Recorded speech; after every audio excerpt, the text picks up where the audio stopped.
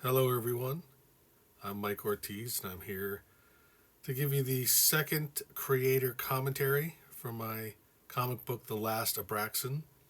The first commentary focused primarily on the book itself. It was a walkthrough of this particular comic, The Last Abraxan, page by page, looking at all the Easter eggs, the references, kind of the ads for not just the book, but the book, the variant covers, the stickers, all of the components that were part of the Kickstarter. And for this one, I want to do it a little bit differently and look more at some of the behind the scenes material, some of the influences and inspirations, some early artwork, not just for The Last Abraxan, but some other artwork that I have done over the years that sort of fed into this project, and just sort of a broad overview of all of that. This is going to be a little bit looser, a little bit more unstructured. So let's jump right in. And I think the first and most important influence on The Last Abraxan, quite obviously, is the actual comic books of the 1970s, the late 1970s in particular. That's really when I started collecting comic books in earnest. I'd been reading for a while, probably around 1975, I think I started reading comics. But by 1978, I was actually collecting comics. I had subscriptions. The very first subscriptions that I had still had this, still only 35-cent sticker on there, not sticker, burst on there. That's why I chose these particular issues, because that's really kind of, that burst just sort of says late 70s to me, and that's kind of why I chose it for The Last Abraxan. And yeah, these are superhero, and then in particularly the sci-fi comics, things like Star Wars, Captain Marvel, Battlestar Galactica, and Adam Warlock was probably a big influence, although there wasn't actually a Warlock book being produced at this time, although I was reading it in Fantasy Masterpieces and also some of the Marvel 2-in-1 annuals. But it was really these comic books that were in the wake of Star Wars. I like to think of that time period, 78, 79, the period after Star Wars, but before Empire Strikes Back, when I think science fiction fans and comic book fans were trying to figure out what form this new kind of genre fiction would take. And certainly by the 80s, they would figure that out. In the 80s, you would get so many great comics, so many great sci-fi fantasy movies. But in the late 1970s, I think they were still figuring it out a little bit. And that's kind of what I wanted to capture here. There was a little bit different tone, I think, to the late 70s science fiction comic books than there were once you get into the 80s. And of course, one of the most important influences on me, not just for this book, but as an artist in general, is this, How to Draw Comics the Marvel Way by Stan Lee and John Buscema. This is not the copy that I had as a kid. I did have this hardcover, but my original is long gone. It fell apart from just being read to death. You can even see this one's got some issues with the spine. I got this some years later.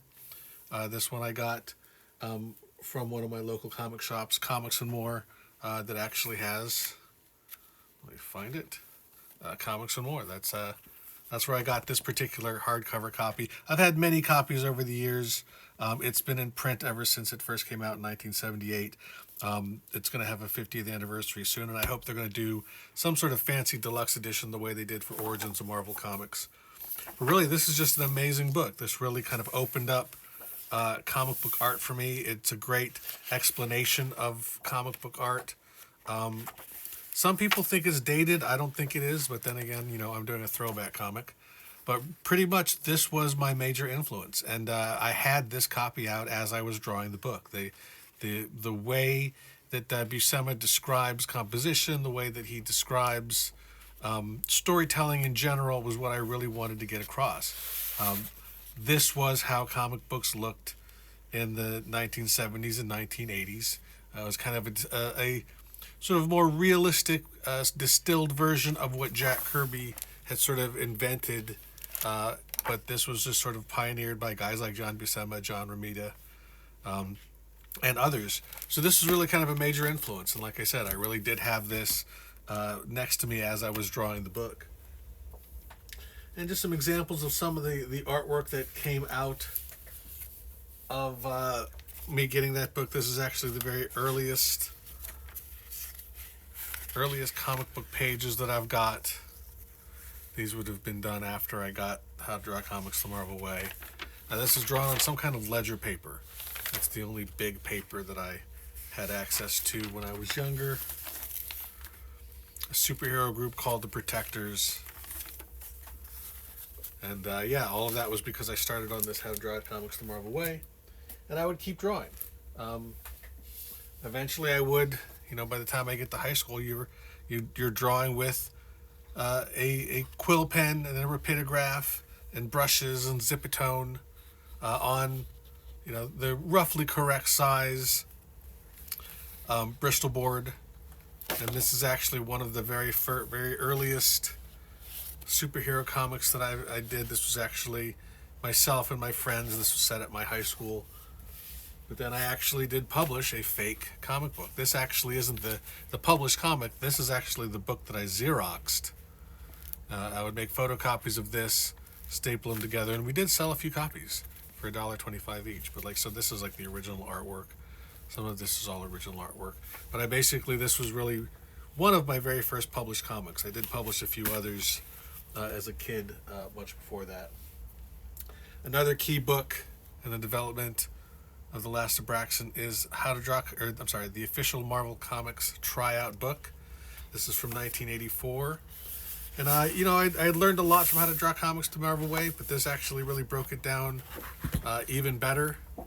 And it gave you pages to ink. I learned a lot about inking from this book. Lettering, coloring, all of that. This is also not the one that I had as a kid. I've had several copies over the years because I usually did them. These are the inking pages.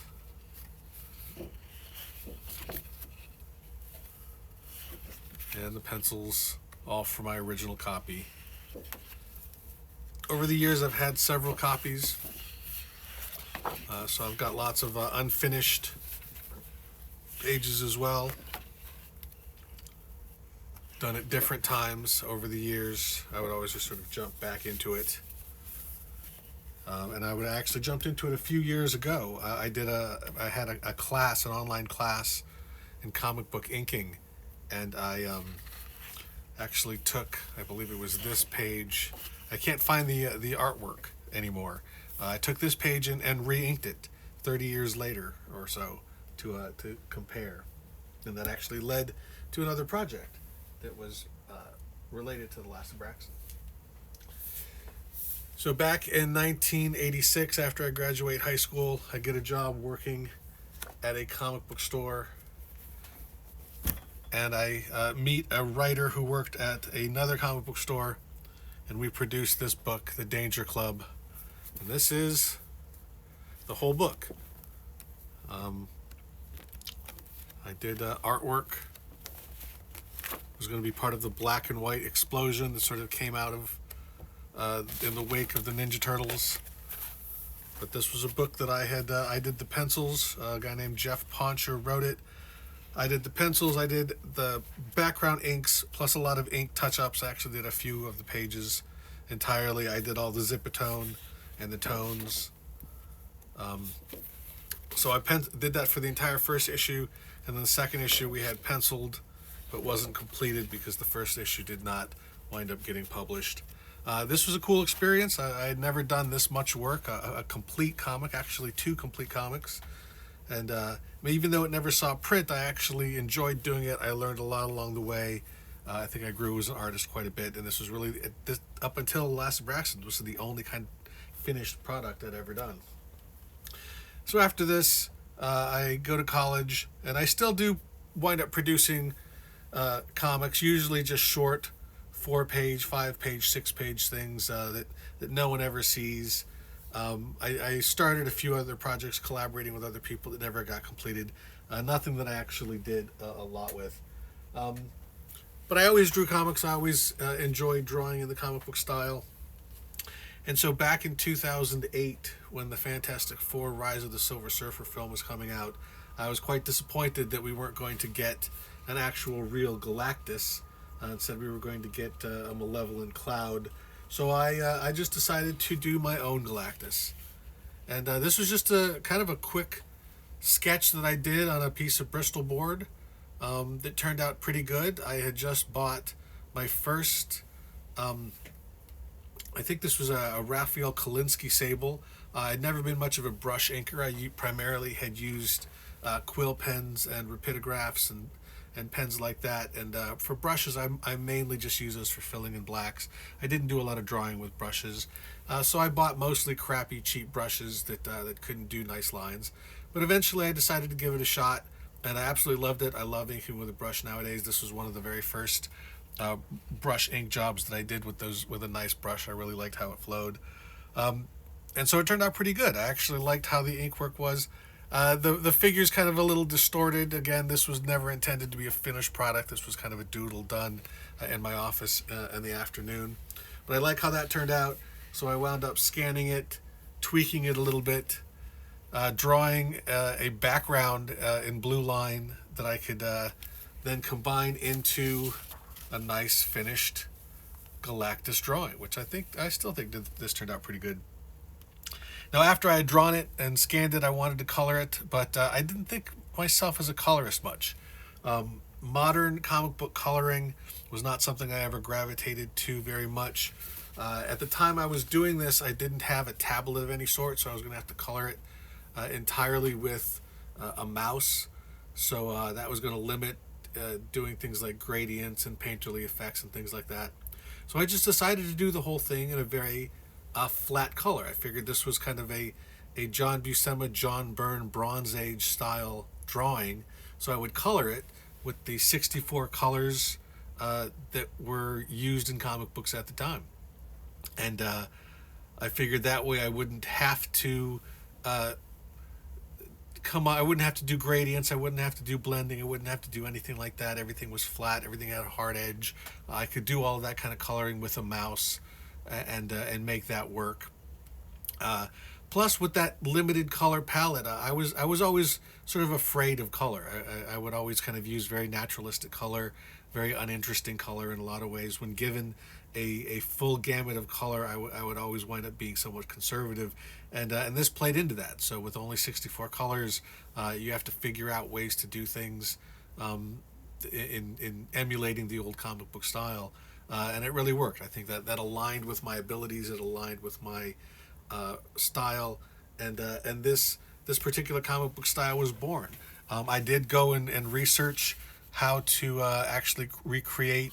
You can't see it here, but if you zoom in close, you'll see the individual kind of halftone dots. A lot of people call them Bend-Aid dots. They really shouldn't be called Bend-Aid dots. That's Bend-Aid dots were a very specific kind of dot. It's sort of like, the difference between Coke and Cola. But these are halftone dots that simulate the halftone dots of old comic books. This was before you could do that in Photoshop. I actually had to manually do that. I had to take each CMYK and kind of convert them to halftone dots separately and import them back into Photoshop. It was a very complicated process. I had to search online to learn how to do it. But this was years before you had a Photoshop filter that does the same thing now, which is what I use on Last Abraxan. And then, of course, there's tons of Photoshop and Procreate brushes and filters and effect sets that simulate that. But at this time, you really couldn't do it easily, so I had to figure out a way to do it myself. And I love the way this turned out. This actually is printed on newsprint. This is real vintage newsprint. My dad worked in the newspaper business. He actually published newspaper. He ran the printing department at the Detroit News and at a Gannett in Nashville. So I grew up around printing, and I grew up around CMYK, so I really have always known this process very, very well.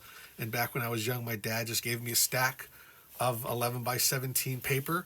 And this is the paper that newspapers were printed on. This is very similar to what comics were printed on. You can see it's yellowed. It's vintage. This is This was 20-year-old paper by the time I printed it, and this was from 2008, so this is probably 40-year-old paper at this point. It was a pain in the ass to get this to go through the laser printer at work too. It's way too thin. I probably printed 4 copies. This is the only one that actually went through without crunching both itself and the machine. I would learn better ways to kind of feed through the machine eventually. This would become sort of a signature style. I would also do this again without a Warlock. Same sort of style. And I did this through a lot of different things. I actually did some paintings in this style as well that didn't, again, this is another one printed on newsprint.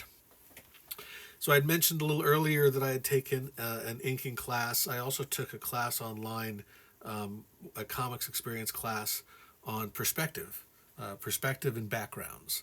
And for that class, we did a lot of really great exercises, but for the class final, we had to do a figure in a background, in perspective, as if it were a splash page or a cover. And I chose Doctor Strange in his Sanctum Sanctorum.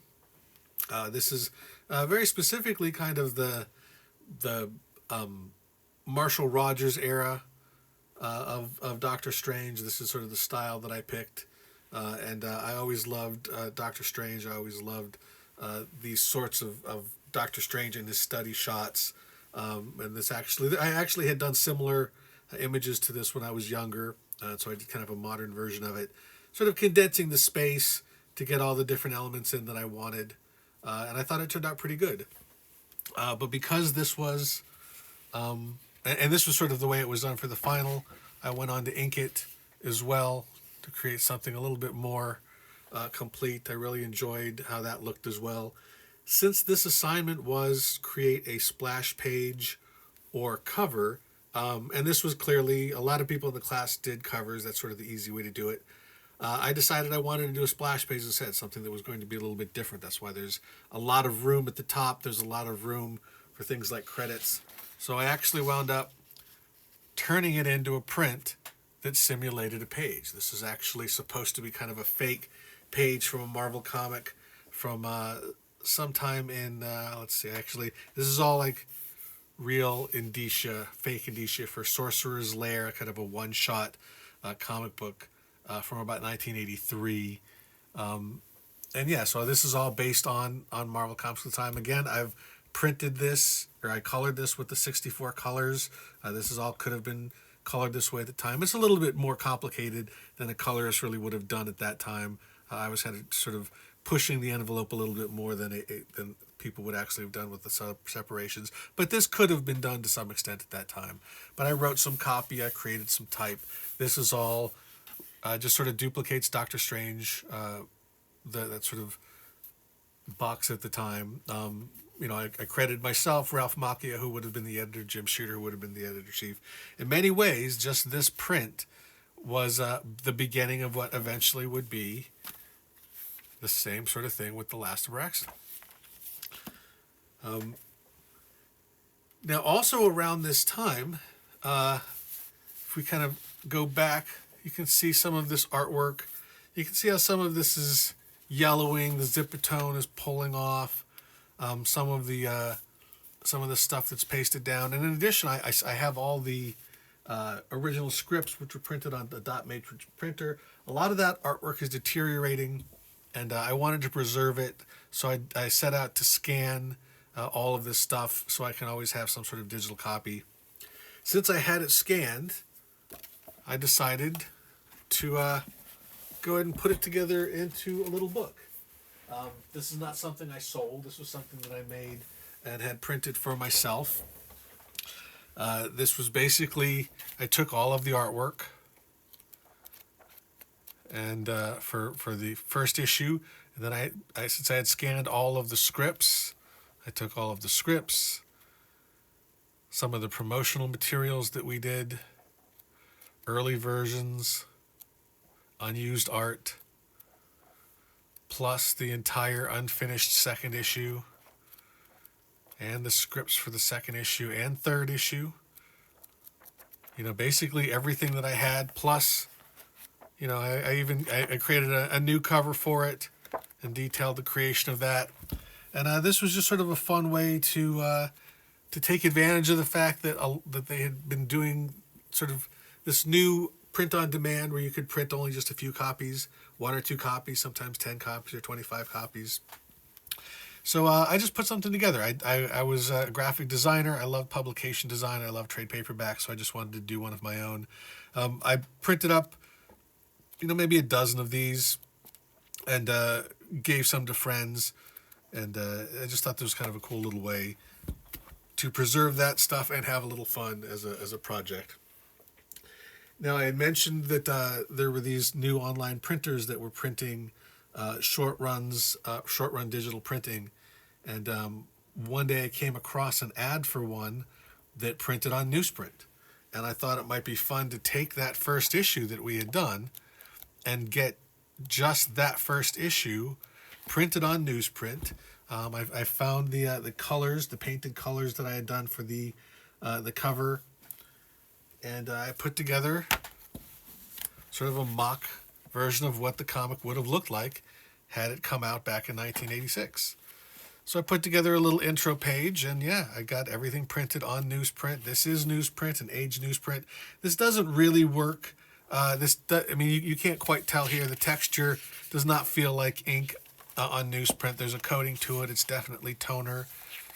It's definitely got a shinier texture than newsprint of the time. Visually, it does look, I think, very much like an aged black and white indie comic from 1986. But when you hold it up close, it's not quite there. But it still did a pretty good job.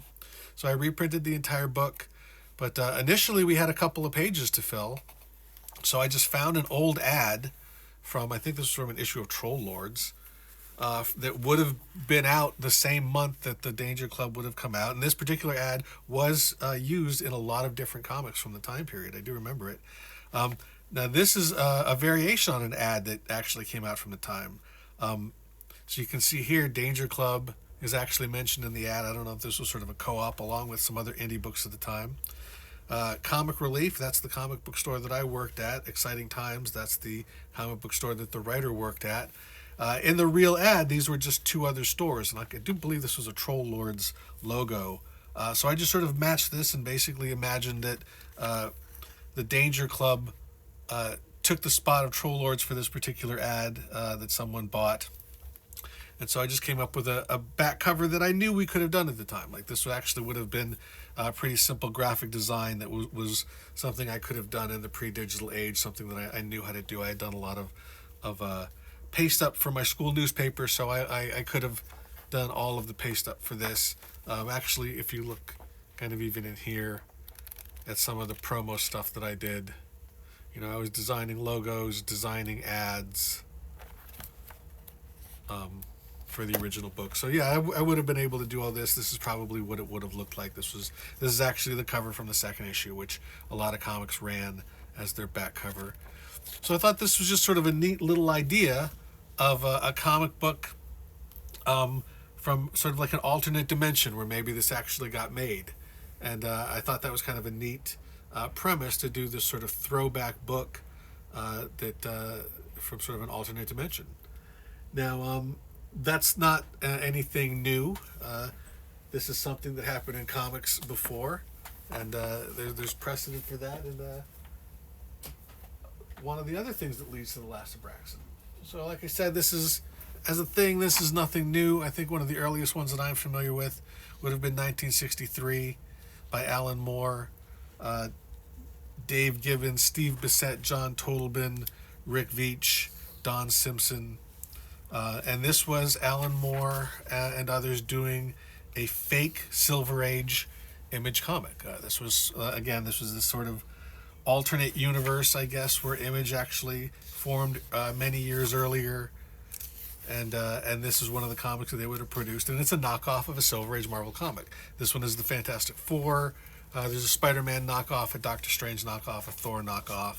And this was a great comic. They actually did a great job of emulating that style. This is from 1993 when Image was at its height doing the Image style, and this was a real change from that.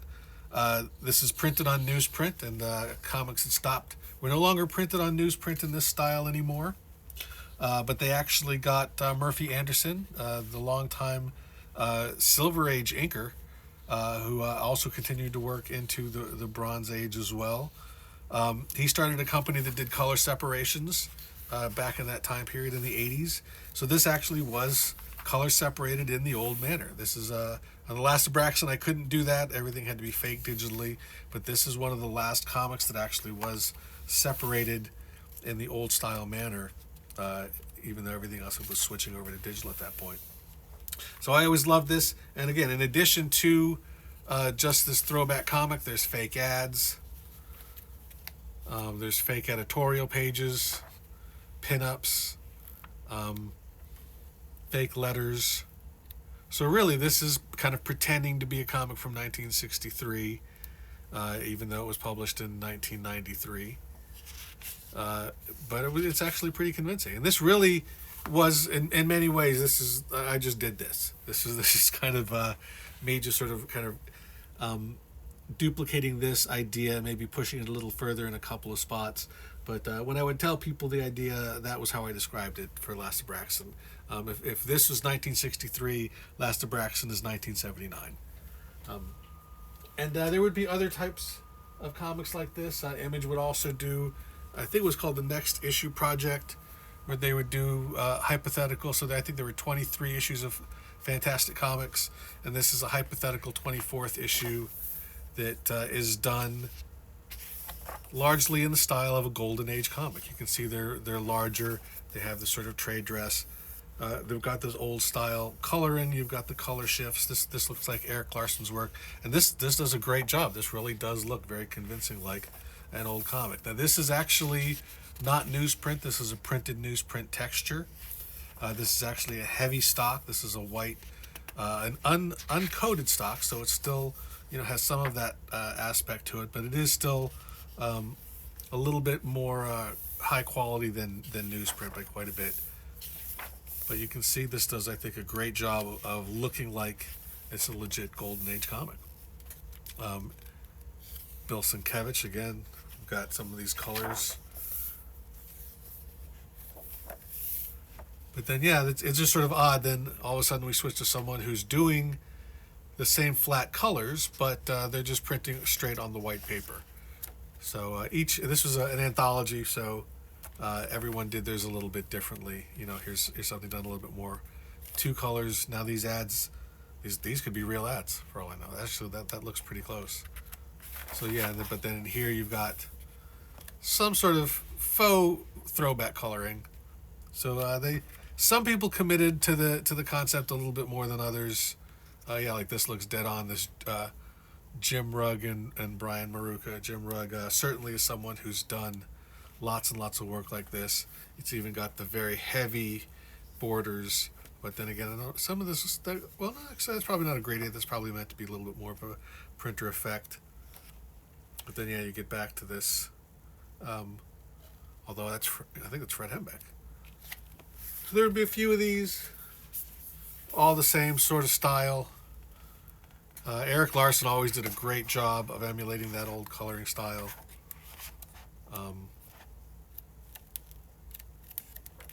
But again, then some people didn't follow as well, like these sort of gradients you wouldn't get.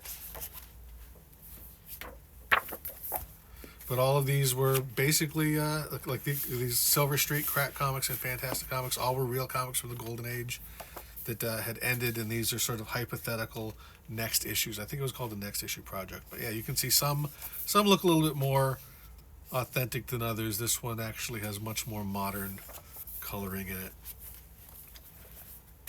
And this sort of became a thing. And that tied with all of the new short-run digital printing that I had mentioned earlier. There's sort of an explosion of these types of comics.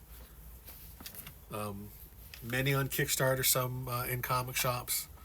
This was one of the first ones I remember. And this sort of leads into this idea that you never buy the issue number 1. This is issue 453. And it's got little elements, comics codes, sort of. The Marvel thing, sort of. If you look at the colors, they've got flat color, simple color, but it does still sort of use the gradients. This is printed on a very white paper. But yeah, this is an intent to kind of simulate an old style comic. There would be a lot of these. Big Bang Comics has actually been doing this forever. This is just one of the newer ones that they've done. But again, if you look at this looks pretty convincingly like it could have been a comic book from the 60s or 70s. The coloring is pretty on, although you can, the all black pages, that's a little off. Some of these have some gradients that maybe wouldn't be authentic. And again, this is all printed on white paper. Fantagraphics actually did print on newsprint with their all-time comics imprint. This is on newsprint. This is pencils by Herb Trimpe, letters by Rick Parker, and I think in this one they've got inks by Al Milgrom. So they got these Bronze Age guys, and they've got these sort of simpler color styles, but again, it's not quite exact. They're not doing, I think this does have some dot patterns in there, but the coloring on here is a little bit different, a little bit more complicated than coloring would have been at the time. There's still some gradients, even though they've run some of the textures. And yeah, certainly it's a simpler style. It's a heavy line style. And the people involved actually made comics of those times. But they're not quite trying to look like they came right from the time so much as they're kind of trying to be an homage to it. Similarly, from Standard Comics, the Sentinels, Standard Comics has done a ton of these as well. Again, pretending to be from another dimension or something. Issue 267. Again, because when I bought comics as a kid, you just came in with whatever was number you had on the rack at the time. Again, it's a simpler style, more of a throwback style, although their coloring is a little bit more modern. And again, they're doing the white paper because that's pretty much what you have to do. You can't actually print newsprint on the short run paper very, very well. Like I showed you with that Danger Club, it still looks and feels much more like a digital print job. And as far as I know, there's only one company that does the newsprint. Most people will, however, print their own fake newsprint texture on here. And again, this is actually picking up some of that Marvel design. You've got the fake newsprint texture. You've got, somewhat flat colors. Stylistically, this is probably a little bit more indie comic than a Marvel comic. But again, it's all leaning into that old look, even kind of picking up some ads, although this is a little bit different ad-wise. Same thing with this one. This is digitally printed. This is a nicer paper. You can tell that this is toner on a nicer paper, but it's printed with a texture on there. And this is another one that's intended to look a lot more like a Silver Age comic, although again, coloring is very, very, very often it seems like people that's where they'll cheat. They'll throw in some gradients, they'll throw in some colors that wouldn't necessarily be there, just to make it work a little bit better. Now, the Formidables, Chris Malgrain, I don't know if that's exactly how you pronounce it. This actually has a very 80s looking style. He does an amazing John Byrne. This is a great John Byrne style. The artwork is 100% Bronze Age. The style all nails it. The artwork, the storyline. This is one that does have more modern coloring, even though it doesn't have the bleed. It still keeps white gutters and stuff like that. So this maybe looks a little bit more like a Baxter book, although there's enough gradients in here that this probably would have had to have been a painted book back then. But his next book, Sideral, I'm not sure how you pronounce that. That doesn't do that. This actually goes with the strict color palette. This is pretty much exactly what I had done. The simple color palette. This is a very cosmic book. Again, he leans very strongly into John Byrne. The drawing style, the brush style, all very reminiscent of the cosmic sci-fi comics of the 1970s. I was actually working on my book when this came out, and I thought, wow, this guy's actually kind of playing in the same space. The only kind of difference, again, he's printing on paper. This you can get from Indie Planet. He's printing on the glossy paper. Although This particular issue number 1, I think there have been 4 to date, a couple of digital ones, was actually published in an issue of Yeet Presents, which is a local Michigan indie comic. And at that time, that was printed on newsprint. So there is actually a version of this on newsprint. I do have it. I didn't dig it out for this. That looks even better. It looks much closer. Although, again, this is actually because this is all printed on offset printing. Old comics were printed on presses. That's why the dots were so big. This, you get the same color, but the dots are small enough that you can't see them with the naked eye. For the Abraxan, I actually had to simulate the old larger dots, but he doesn't do that here. They did that on the next issue project. But most people don't do that because they're printing these as they would be printed today. So these are actually much closer to the Baxter books. This is from Atomic Pulp. This is Sleuth Comics. They did several different books. Probably an ad for the other book somewhere in here. But again, a very similar idea. This is by Christopher Mills, who passed away recently. These are great books. You should definitely go get them on Indie Planet. They nail it. The artwork. These guys, Rick Burchett, Matt Webb, both of these guys have worked in comics. The storyline. This is a great Batman story.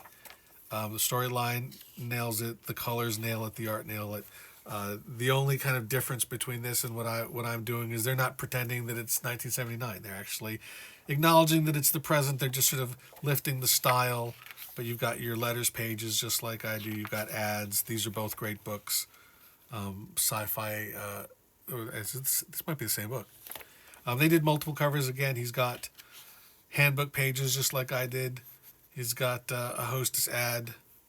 All this from a few years back. All of his books are great. You should check them out. The only thing, again, like I said, it's just they don't pretend that this is from the past. They acknowledge that this is the present, which is what a lot of these do. There's another one, very similar book. Super Team International. Very old-fashioned looking, very classic comic book style, a very classic comic book story.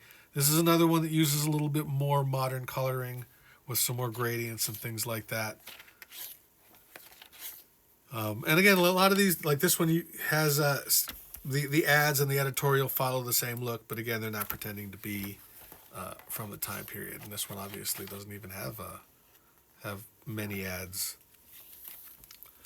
Now, one strange book that came out around this time from Image Comics, Solid Blood from Robert Kirkman. This is issue number 17. There weren't 16 issues of this. This was the first one.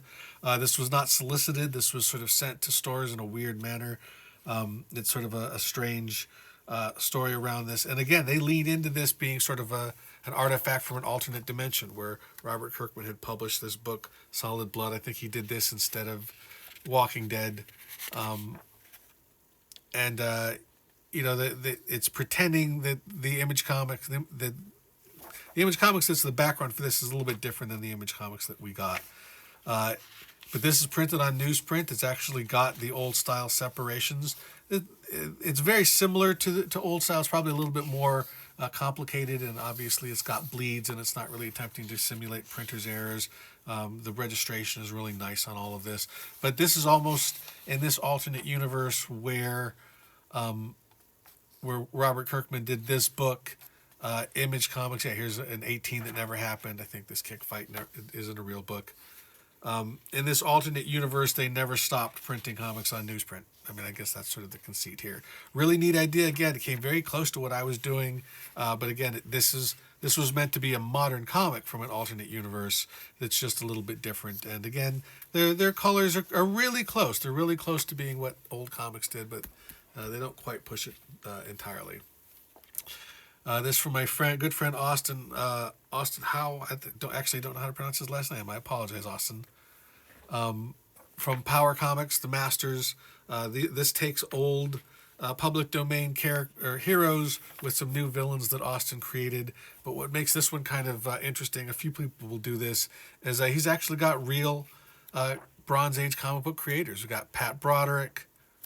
Who else is in there? I think Joe Rubenstein has done stuff.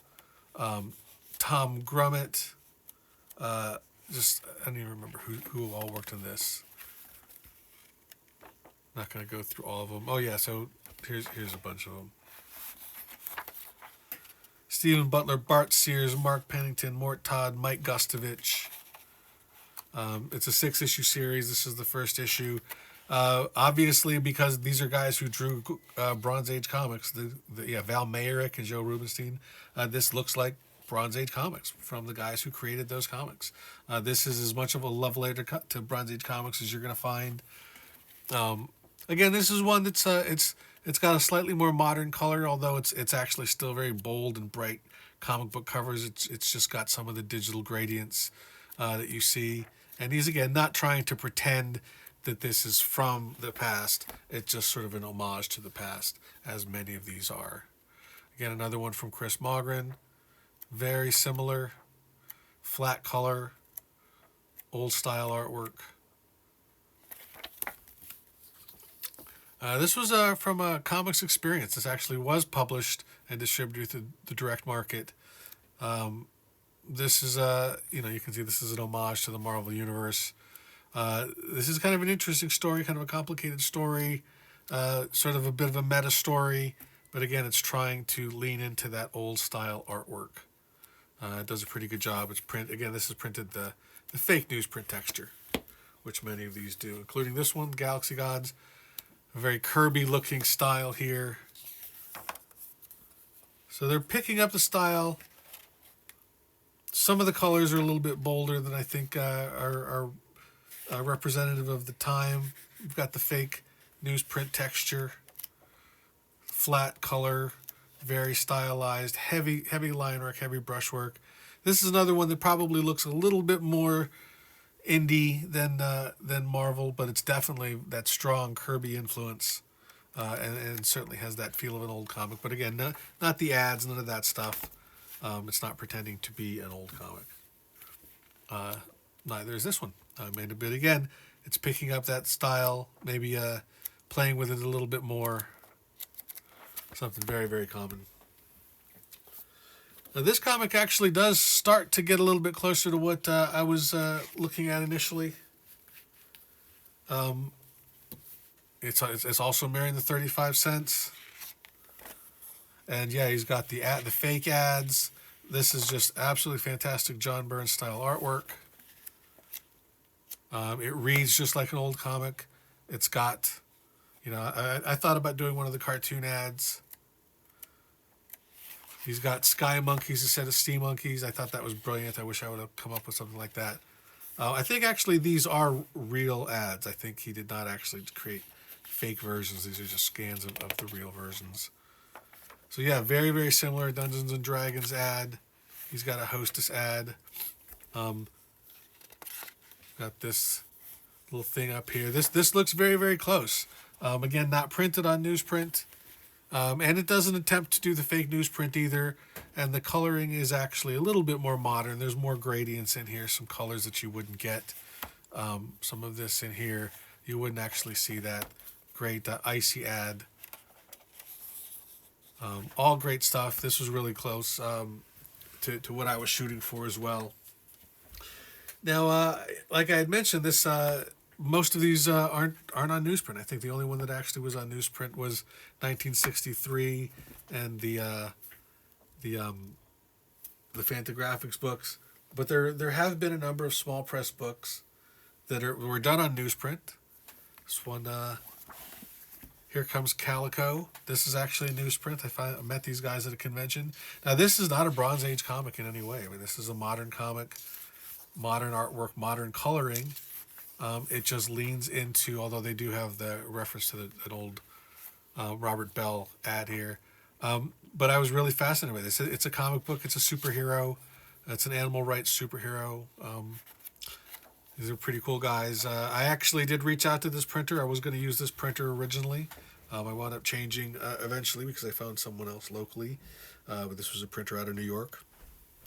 But they showed that even with these small indie books, if you can get a decent enough print run, you can do newsprint. This was also shown by Alterna Comics. They do a lot of books on newsprint. They actually, even for a while, offered a print service for newsprint. They started one up again. It's a little bit different.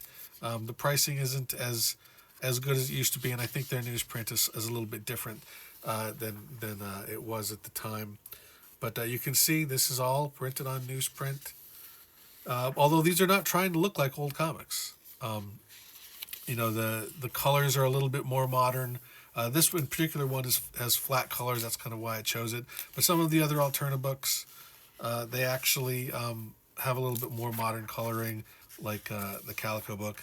So again, I didn't reach out to them. Well, no, I did actually reach out to, because I did get some samples of their modern stuff, but wound up not choosing them as a printer.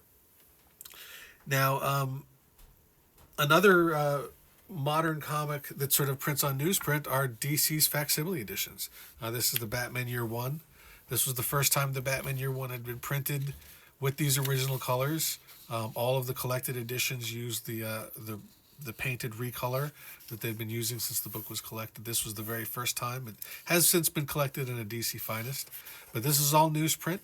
But what's interesting that you can see is even though it's newsprint, because it's modern newsprint, which is a higher quality, and it's also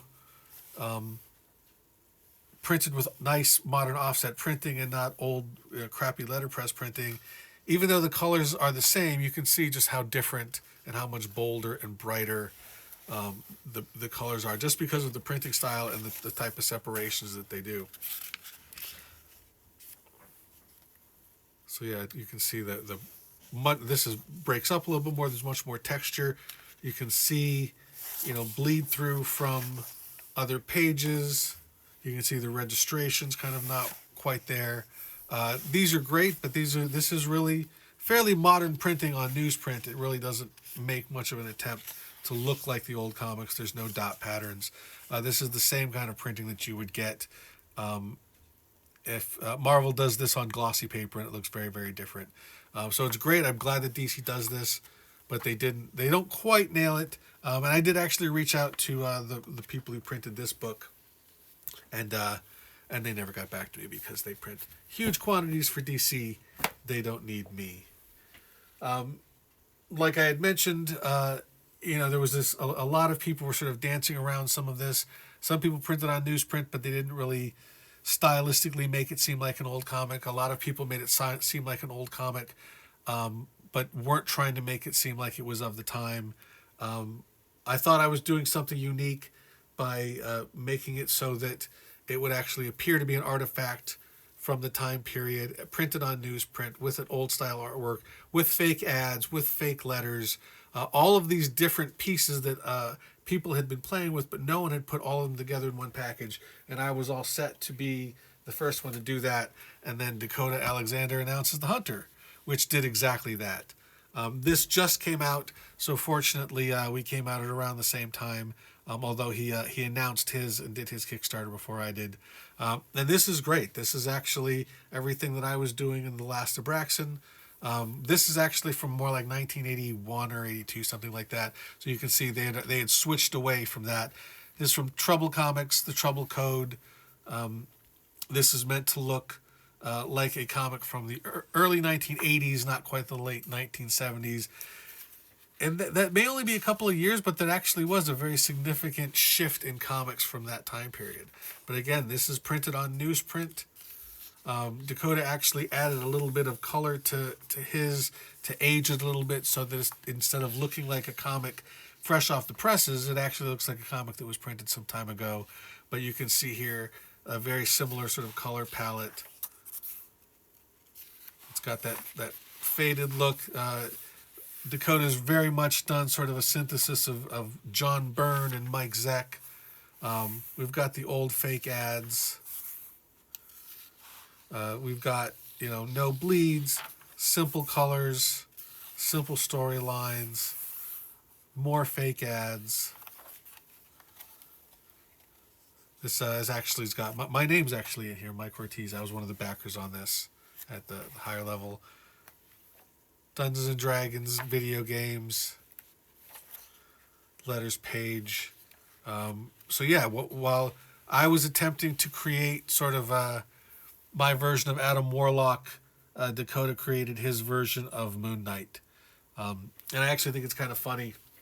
I didn't realize it until I was getting ready for this. I had them both sitting next to each other, that we've got nearly identical corner boxes. Got a very similar color scheme going on.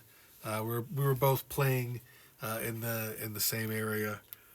And kind of one of the last pieces of this, my friend Marty Herchak puts on a comic book convention every year, and this is the program guide for his convention from last year. I actually did the graphic design on this, and I say that loosely because Marty hand letters and designs all of the ads and all of this. He just gives it to me. I scan it, put it into, I think I actually did his map. Take all these different things provided by Marty, provided by the ads that some people have given us. I just basically put it together into a digital file that I could send to a printer because Marty is a talented artist, but he's not necessarily as tech savvy as many artists aren't. And since I'm a graphic designer, I did that for Marty. And when I saw this and saw that his printer, and Marty wanted this to look like an old comic. This is newsprint with a gloss cover. This is a local printer that mostly prints things like circulars and flyers and stuff like that. They'd never printed comics before. I don't know how Marty found them. But I thought this was pretty much exactly what I wanted. I reached out to them, and sure enough, they're the ones who delivered on my old-style comic. It looks great. I think they did a great job. I'm very, very glad that I worked with those guys. So that's really just all the inspiration and all the preliminary. And once all that happens, and I decide to go ahead and make this comic book, then I actually have to start making it. And the early stuff, just sketches and notes, lots and lots of notes. This is basically how the book was written. If you look in the Last Abraxan archive, you'll see I've got a lot of these reprinted. This is actually the very first stuff. Didn't even have a name. Raxor, Baron Warlock, Mozau, Raxar. I think I had mentioned when I was thinking about the name, I had this design, I had this look. I wanted to have this angle, this big first letter, big last letter. Then for some reason I got fixated on putting an X in the middle. But I was trying a bunch of different things. You can see a very early sketch. And yeah, I would just write out bullet points. Write out things. This actually is a cool notepad. So this is basically the whole beat by beat, the plots written in pencil on scene by scene. This is just sort of all of the plot beats. And that's how the book was written. It was done plot first. I didn't do a script. You can see some early alternate designs for Noxon. These are just bullet point plot beats. This is what I worked from when I started drawing. I did the penciling first and then wrote the script like an old-fashioned Marvel comic. I wanted it to be like that. And so, yeah, this was basically, I wrote it out just sort of as almost a short story with no dialogue or anything. Then these are basically beat by beat. This is a panel breakdown more than anything else. I did start to write a script longhand, and then I eventually abandoned that, and I just wrote the script while I was actually lettering it, so I could just make it pretty quickly. And instead of writing it and then typing it, I just typed it right onto the pages as I'm lettering. This, as you can see, I'm starting to do some explorations of some names. Here's where I start to list some of the ads that I want. Bullpen Bulletins, Sea Monkeys, Toy Soldier subscription ad, Letters Page, Grit, Fun Zone. Those are those ads that have a bunch of products on it. Heroes Worlds, Classifieds, Bodybuilding, Guitar, Hostess, Draw Zippy, Wisest Man Smiling, Martial Arts, comic shop ads for Mile High, East Coast, other checklists. Some of the other characters are Rat Kid, The Bulk, Omoroid, Super American, Tier, Z Squad, The Assemblers. All this stuff made it into the final book. list of early ideas for possible variants, different anagrams of my name so I could use for the credits, early attempt at the script. Again, that was abandoned quickly, and I just scripted it as I was lettering it.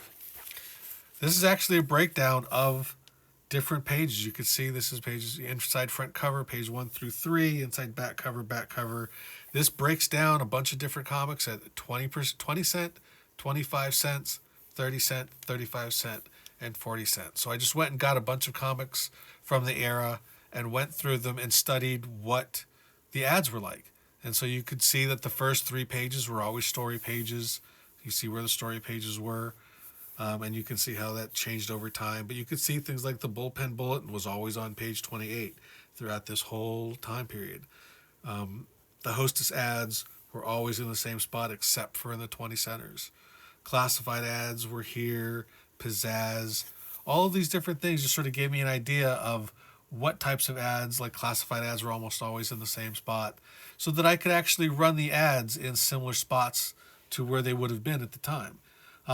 I didn't actually emulate the specific ads from the time period. Actually, as you get into the 35 centers, the ads get kind of higher quality. You get toy ads, you get some movie ads, and I wanted to have a broader selection of ads. So I put in ads from really across the entire 70s that I just happened to like. But this was a really cool experiment, and I really learned a lot about comics and comic advertising just from that. So you can see I'm still just sort of breaking down what's going to go where, what sort of pages. Once all that was set, the book was drawn entirely on the iPad. This iPad right here. Oops. And Procreate.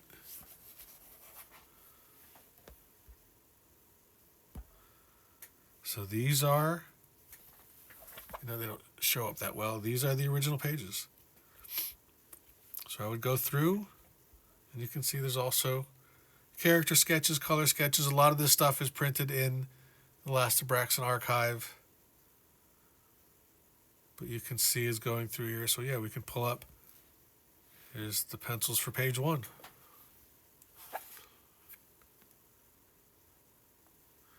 It hasn't loaded all the way. This is a first generation iPad Pro.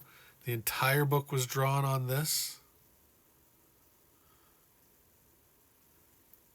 I got this template. I don't know where I got it from. I found it online.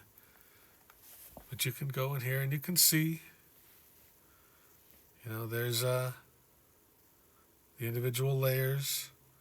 You can see I stuck Heat Miser in there. Just drop in a layer. This is the original Adam Warlock. And then we just drew on top of it.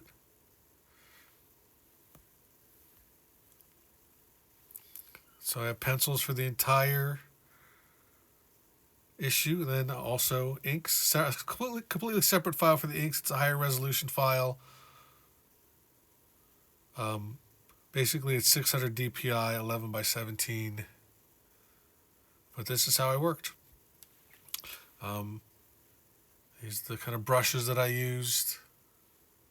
This has been updated, so some of the brushes are a little bit different. Yeah, here we go. Comic brushes. But yeah, the entire book was drawn on the iPad, and mostly inked on the iPad. If you actually look, I wound up initially doing kind of a hybrid. The first 4 pages I inked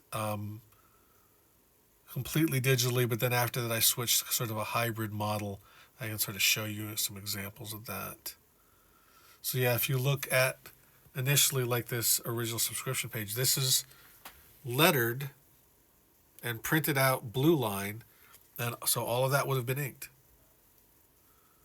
Now that one was a kind of an extreme example, but you could look at something like this, where you can see this panel was blue line and this. So this would have been printed out, and then these 2 panels would have been inked by hand and then scanned back in. And so I did that again for the first half of the book. So you can see here, the blue line is shut off. This is the actual lines. You can turn on the lettering. I lettered the book before I inked it, just the way they used to. But you can see here, these two panels would have been inked by hand. I did that for the first half of the book. The last half of the book, I just switched over to completely digital because at that point, I just needed to speed up, and it was taking too long to ink traditionally. Also, I had developed cataracts, and so my eyesight was actually worsening as I was inking, and eventually I had to get surgery, and all of that put a damper on that. But I actually could ink on the iPad a little bit better because you can zoom in really close, and so that sort of compensated for the problems with my eyesight at the time. The entire book, penciled, inked, and colored on the iPad and Procreate, but then brought into Photoshop. All the letters would have been done in Photoshop or in Illustrator. You can see here, I can activate that as a layer. So even though everything was done digitally, I still wanted, actually there was one thing that wasn't done digitally. Here's actually one of the very few examples of traditional pencils that I did. This was actually one of the first drawings I ever did of the character, although that would have been inked digitally. I do have a set of original, quote-unquote original artwork. So you can see here, I actually did print out some of this as pencils, not blue line obviously, just to sort of fill in the portfolio. These were all printed on Bristol. Those are actually a batch of really terrible Bristol that could not be inked, could not be used, so I really couldn't use it, so I just would use it to print stuff out. Now this actually was inked traditionally. I penciled it digitally. Initially, after I started working on the book, I was not confident in my digital inks, so the very first thing I did, I inked traditionally. I think it turned out pretty nice, actually. I've always liked the cover. This is all paste up. The actual comic, it's not. I didn't scan this. I scanned this image. I wound up printing these out after it was done and pasting it down, just so I got something that looked a little bit more like a traditional comic. And a real comic would have paste up on the original artwork. I wanted to be able to take this to shows and show my artwork as if it were original artwork, but this is all digital and just printed out. But I actually designed the pages to look like pages from the time. Like these are the actual kind of hash marks that you would have had. If I was being a little bit more honest with this, I would have actually pasted this down, pasted some of this other stuff down, but I didn't. But it still does kind of look like original artwork. Now again, this is all digital. These first 4 pages, this was all done in Procreate. But then when you get to this page, this panel is actually inked traditionally. I think this one is inked traditionally. This one is inked traditionally. Although if you actually look, some of this would have been redrawn digitally in the final. So yes, this page would have been then completely scanned. Same with this. This is traditional. This is traditional. This was traditional, although I wound up redrawing it digitally because there were just some issues. I never really liked the way the eyes worked. You can see there's a lot of white out there. So yeah, some of this stuff was a hybrid. Like I pointed out, this is all real ink.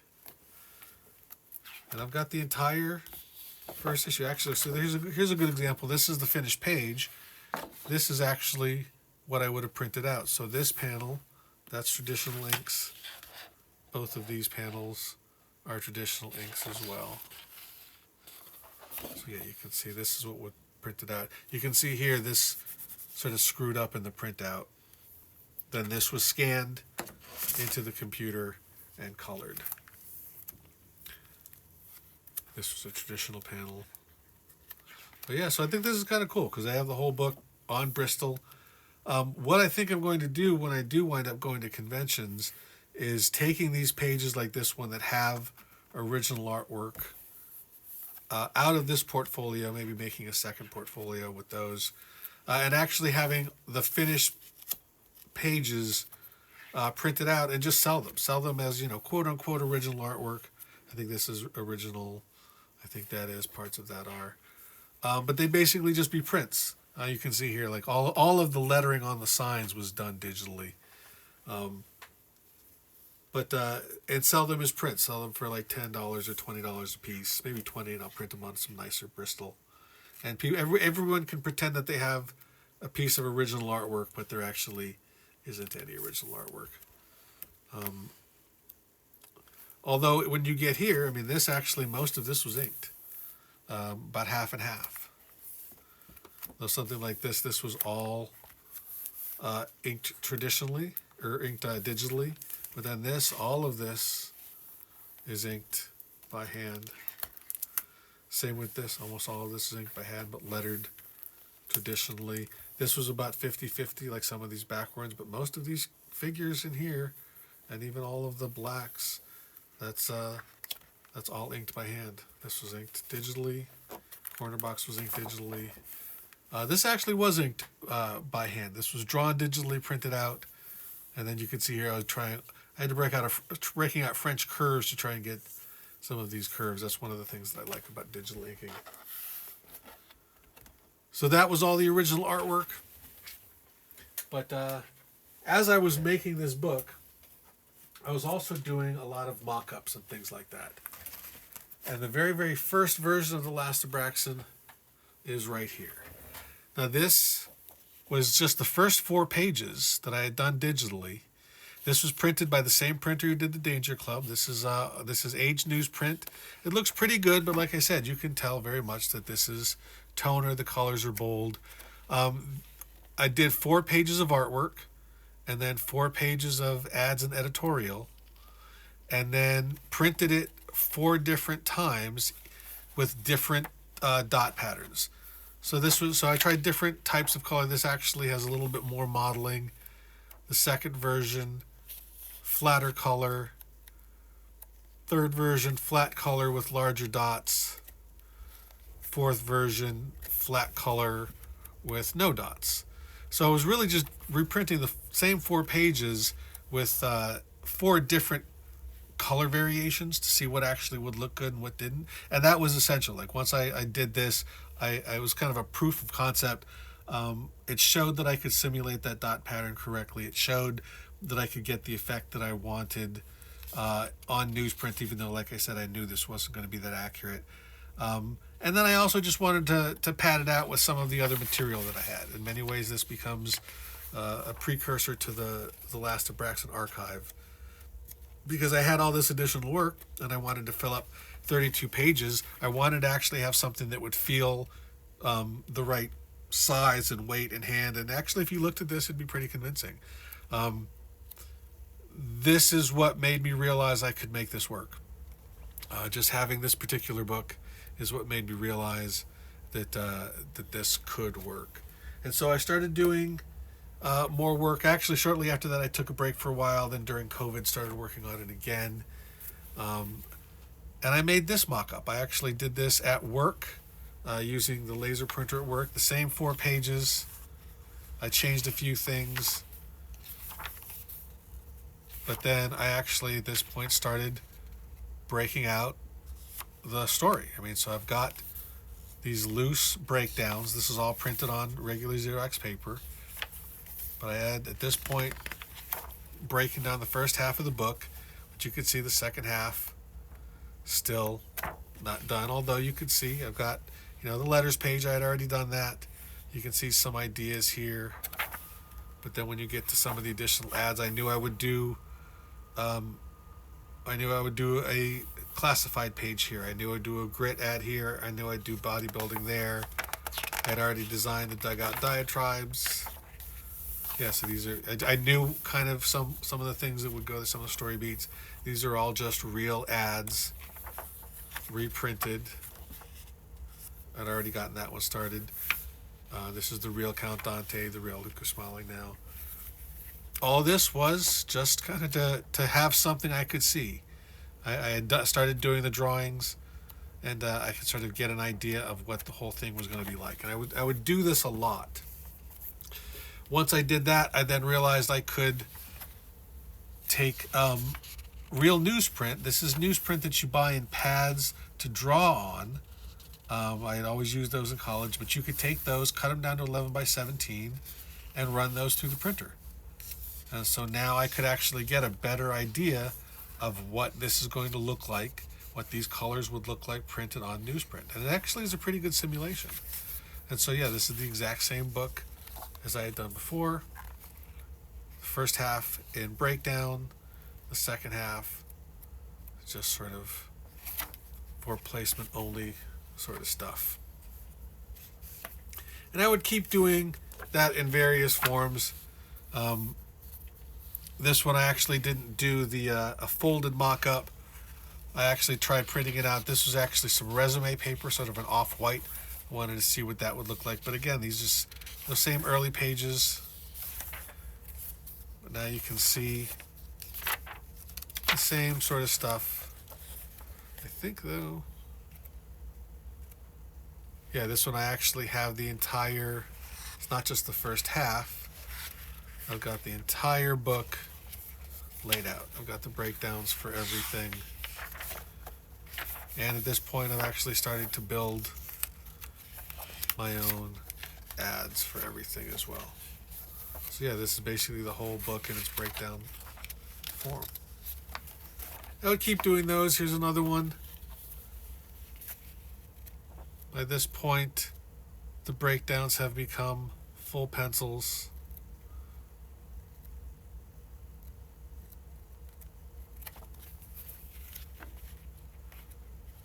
And this, and again, it's not folded and stapled.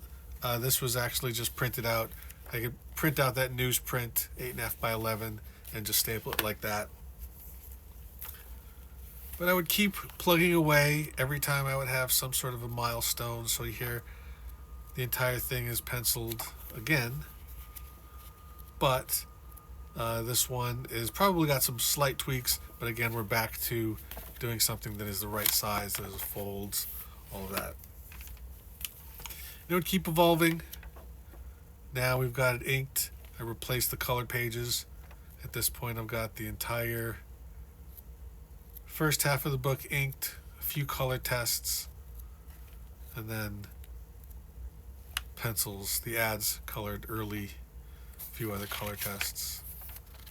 So the entire book in half inked, pencils, and then obviously completely inked.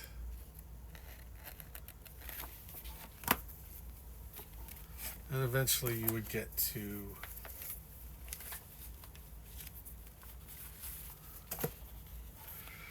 completely inked, colored, lettered mock-up.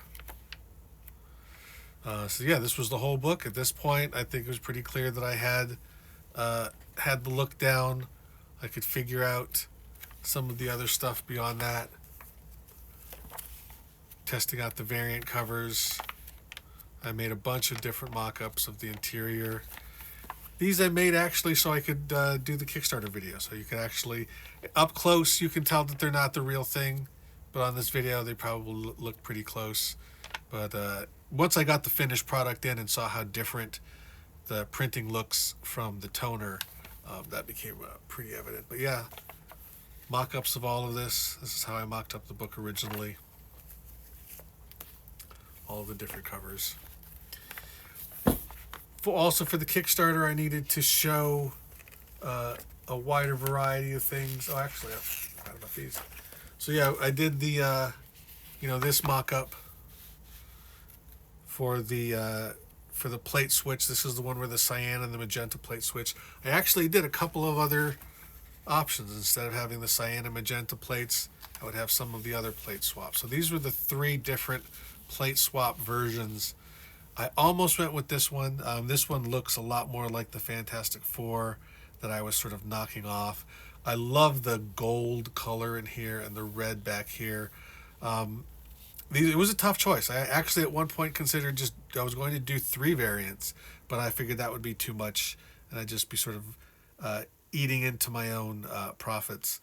I went with this one for a couple of reasons.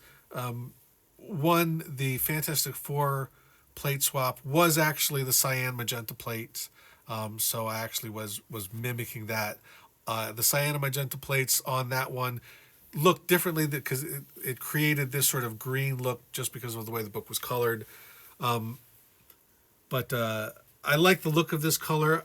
I actually considered this gradient for the real book. Like I almost did this blue to purple sky background instead of the magenta.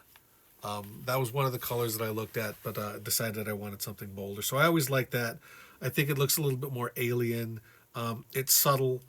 And with this one, I really love it. Part of me still wishes I would have gone that way. I don't think the cover or the title is as readable, and then you lose like all of this. It's supposed to say Fantastic First Issue. All it really says is Fantastic. This one's got the contrast. I think this still does not work quite as well. That works better, but you lose your faces back here. So this was really the only one where we kept the title, working as a title, this working and this working. But these are pretty good. I actually did like how those looked. For the Kickstarter video, I needed to have a variety of different kinds of mock-ups for things. Actually, so the Kickstarter video, I needed mock-ups of things. So I started doing things like, I knew I wanted to do foil stickers, so I would this is foil paper you can buy at a store and just print it out on my own home laser printer. I actually did these on regular sticker paper as well. You can see this just peels off. I don't have any of the uncut sheets of that left. But yeah, I printed out all of the stickers. These are all just little mock-ups that I did for the video. And you can see when I ran it through, I printed it on the wrong side of the paper. And then had to print it through on the right side. And this is all just sticker paper you could get. This is actually a cardstock printed on both sides. I just printed this at Kinko's. Or not Kinko's, at Office Depot. But all of these looked good enough on camera for the Kickstarter video, and just so that I could see what the final things were going to look like. Having something of a similar size, similar texture, I definitely wanted to see what the holographic foil looked like. So yeah, those were the mock-ups for that. Now I included some prints in the Last Abraxan. Originally they were going to be 11 by 17 posters. Like this. This was one of them. Again, these were just printed out at Office Depot on glossy paper. And these were going to be the 2 initially. And then this was going to be one of the stretch goals. These were going to be just regular folded prints. I didn't like the fold. That was really what it boiled down to. I'd seen a lot of people complaining about getting posters that were folded. A lot of people prefer rolled posters. Rolling these up would have drastically added to the shipping costs. I didn't want to do that. So initially I just sort of sucked it up and figured, hey, it's a free poster, get over it. Over time though, that sort of changed. And I decided, no, let's try and do something that wasn't going to be folded. I came up with these ideas of doing initially then just 11 or 8.5 by 11 prints. And these were going to be in a heavier stock. These would be something that would be more like a frame. But I also wanted to do something else a little bit different from that. Oh, actually, I even considered doing those other 2 versions as well. These were all going to be possible stretch goals. I wound up changing some things, and I came up with an idea. I wanted to do something larger. I wanted to do a bigger poster. Initially, I was going to actually just do something small. I I came up with this idea of doing something that would be smaller, that would be the size of a comic book when folded, and it would just be, 2 comic book pages together, basically just a very small poster. But I thought if we were going to do that, and then it could actually be the same size as a comic, it could fit into a comic book bag and board, and then you could open it up into a larger poster. And so that became the new idea. But I thought if I'm going to go ahead and do something folded, let's lean into that fold and let's do something with it. And that's when I came up with the idea of making it sort of like a 4-page flyer that folds out into a poster. And once I got that in my head, that 4-page flyer became a little Marvel Handbook flyer. And that's when I did this. This is just a little tiny mock-up that I could print on an 8.5 by 11. That was going to be the poster, which I had already finished. And then I just sort of did this thing. You can see at this point, I'm still just got the pencils and some mock text just to see how it would fold. And once I saw this, I was convinced, yeah, size-wise, it could work. How it would unfold, the whole thing could look pretty good. Designed the whole thing, made a nice another little tiny mock-up. I love mock-ups. I love little tiny mock-ups too, so something you could print in 8.5 by 11. This was great. This convinced me that it would work. So then I was able to just print up. This was just originally printed on 8.5 by or 11 by 17. You can see it's taped together. And then this became the mock-up that I did for the Kickstarter video. Oh, there's another sticker in there. So yeah, this again convinced me that I could make that poster work. Along the way, I did those other mock-ups, but I also wanted to make mock-ups of the process versions, but I didn't want to go through having to actually make these into comics. So I just printed them out on 8.5 by 11 and put them in binders. The pencils, the inks, and the letters, or the colors. Oh, actually, this is actually the comic. And then this one is the color guide. I did the same thing for the archive. Just printed the whole thing out. There was a lot of printouts for this.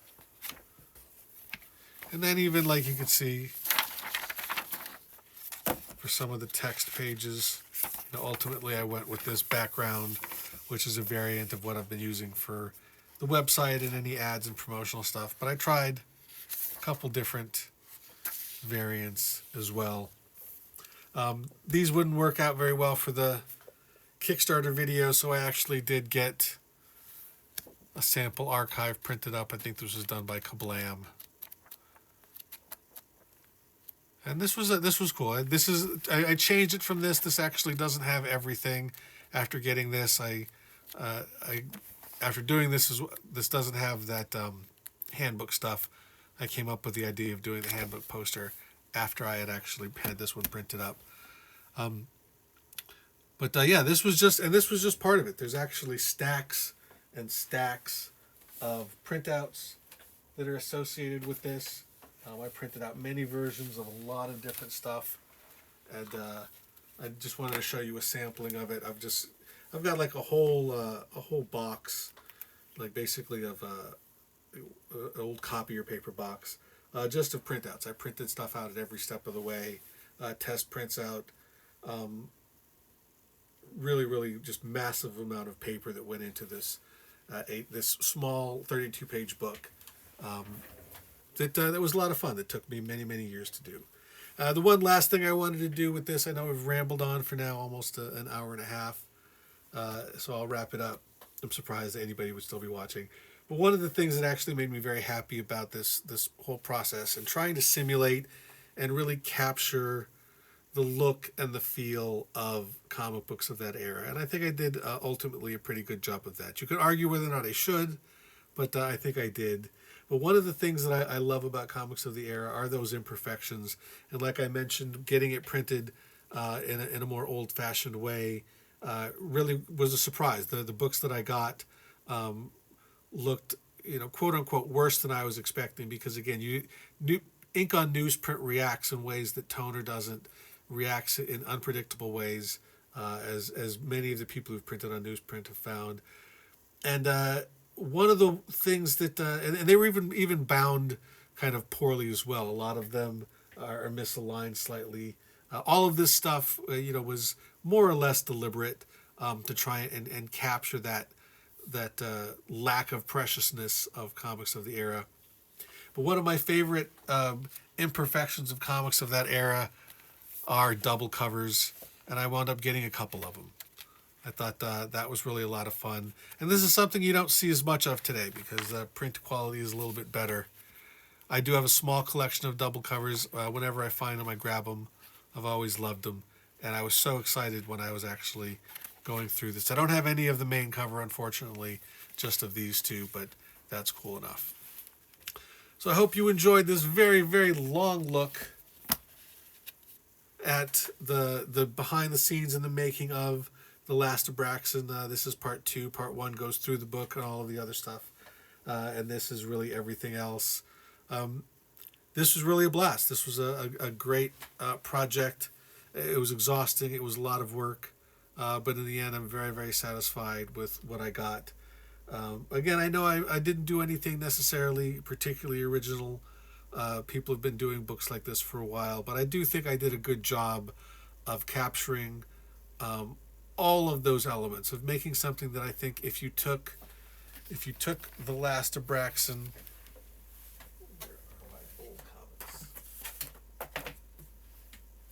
if you took The Last Abraxan and put it in here with all of these, I think it fits. I think it works. I think as much as any of the others, this actually, if we took it, went back in time to 1979 and plopped it on a spinner rack, people would buy it. Not necessarily buy it as in purchases, but buy it as they would say, this fits. Hopefully they'd buy it too. 200 of you or so bought it on Kickstarter, and maybe a few more will buy it on my website. I do plan on making a version of it available to the direct market as well, to see if there are enough old people out there who like old school comics. A lot of people say they don't make them like they used to. Well, I do.